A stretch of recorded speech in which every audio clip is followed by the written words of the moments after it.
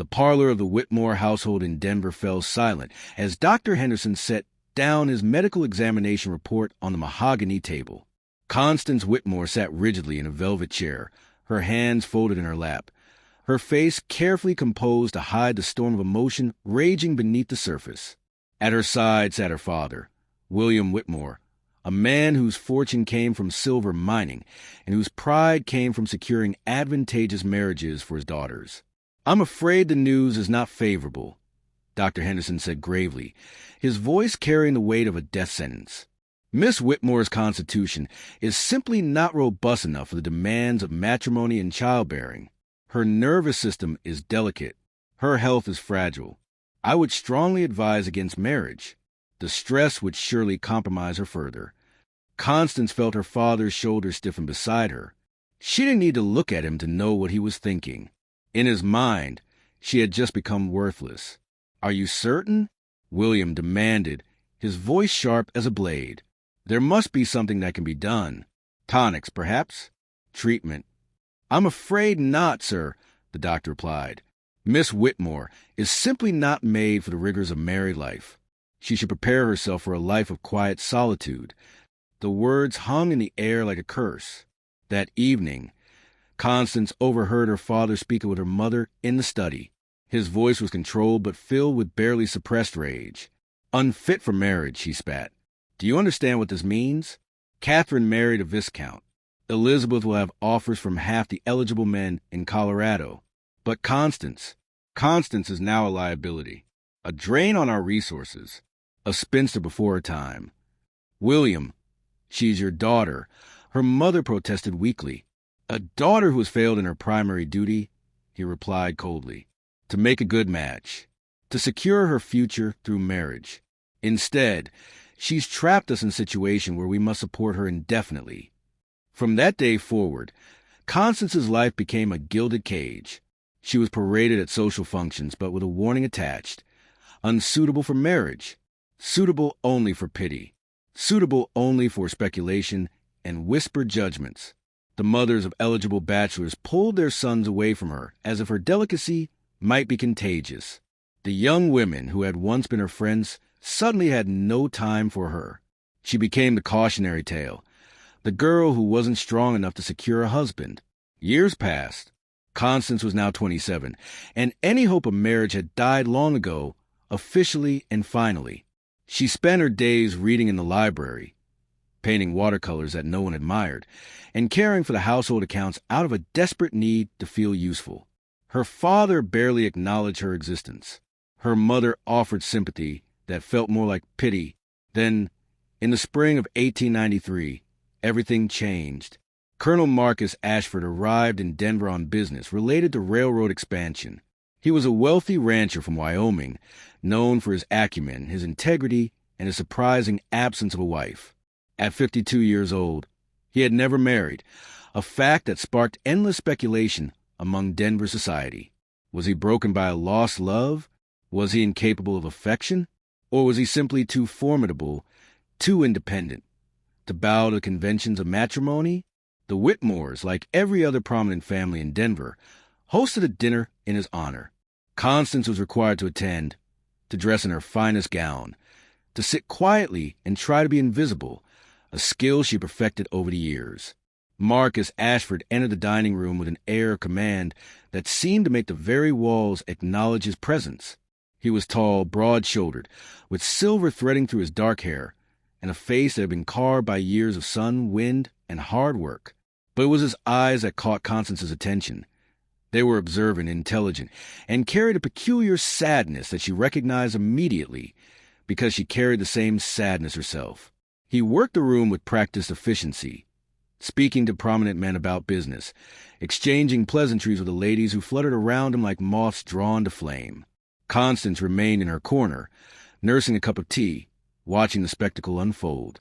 Then, quite unexpectedly, Marcus Ashford appeared beside her. "You're very quiet," he said simply. It wasn't an accusation, merely an observation. Constance looked up, startled. "I apologize. I didn't mean to be rude." "You weren't," he replied. He studied her for a moment with those penetrating eyes. Most people at these functions talk incessantly, trying to impress. You seem to prefer observation. That's either wisdom or loneliness. I suspect both. Constance felt heat rise to her cheeks. No one had ever spoken to her so directly, so honestly. I'm simply not very interesting, I'm afraid, she said quietly. I doubt that very much, Marcus replied. What are you reading? The book you were clutching when I entered. Tennyson, Constance said, surprised by the question. Poetry. Which poem? The Lady of Shalott, she replied. It's about a woman trapped in a tower, forced to view life only through a mirror because she's been cursed to look directly at the world. I find it rather apt, actually. Marcus smiled, a real smile that transformed his weathered face. That's not a lack of interest. That's profound melancholy dressed up in literary reference. Tell me, Miss Whitmore, do you consider yourself cursed as well? Constance's breath caught. That's rather a personal question. Forgive me, Marcus said, but he didn't look apologetic. I've spent most of my life alone on a ranch in Wyoming. I've forgotten the niceties of society. I ask what I mean directly, and I say what I think. It's considered rude in polite company. It's refreshing, Constance found herself saying.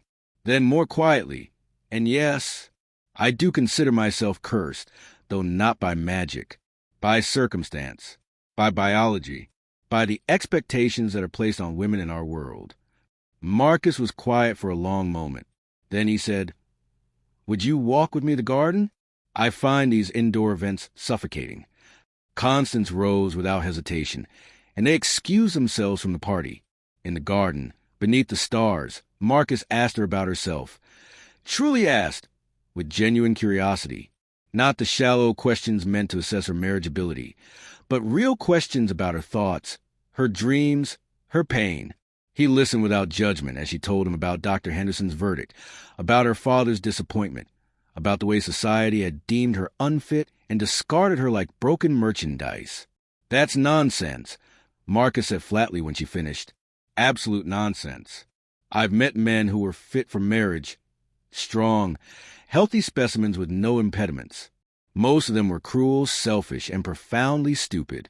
And I've met women of delicate constitution who possess more strength than entire armies. Dr. Henderson is a fool. He's a respected physician, Constance protested. He's a man with a narrow understanding of what constitutes human value, Marcus countered. He measures worth by breeding capacity and physical robustness. What about intelligence? Kindness? The ability to understand and empathize with another human being? By those measures, you're worth more than anyone in that ballroom. Over the following weeks, Marcus found excuses to remain in Denver. He called on the Whitmore household. He took Constance for rides through the city. He attended gallery openings and poetry readings, activities he clearly had no natural interest in, but which mattered to her. So he made them matter to himself. Her parents were utterly baffled.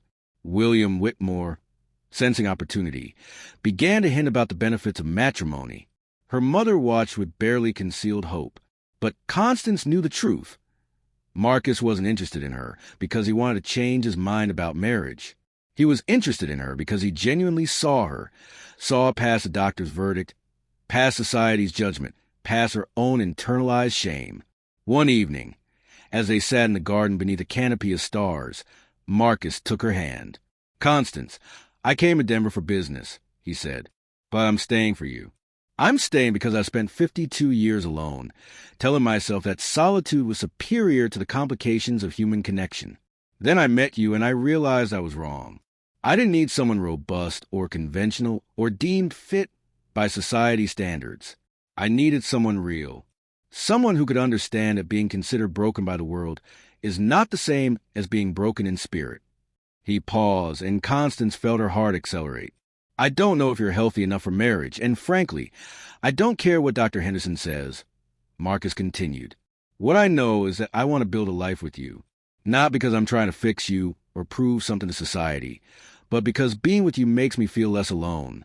Because your quiet strength and your beautiful mind and your capacity for empathy are worth more than 100 robust, conventional wives.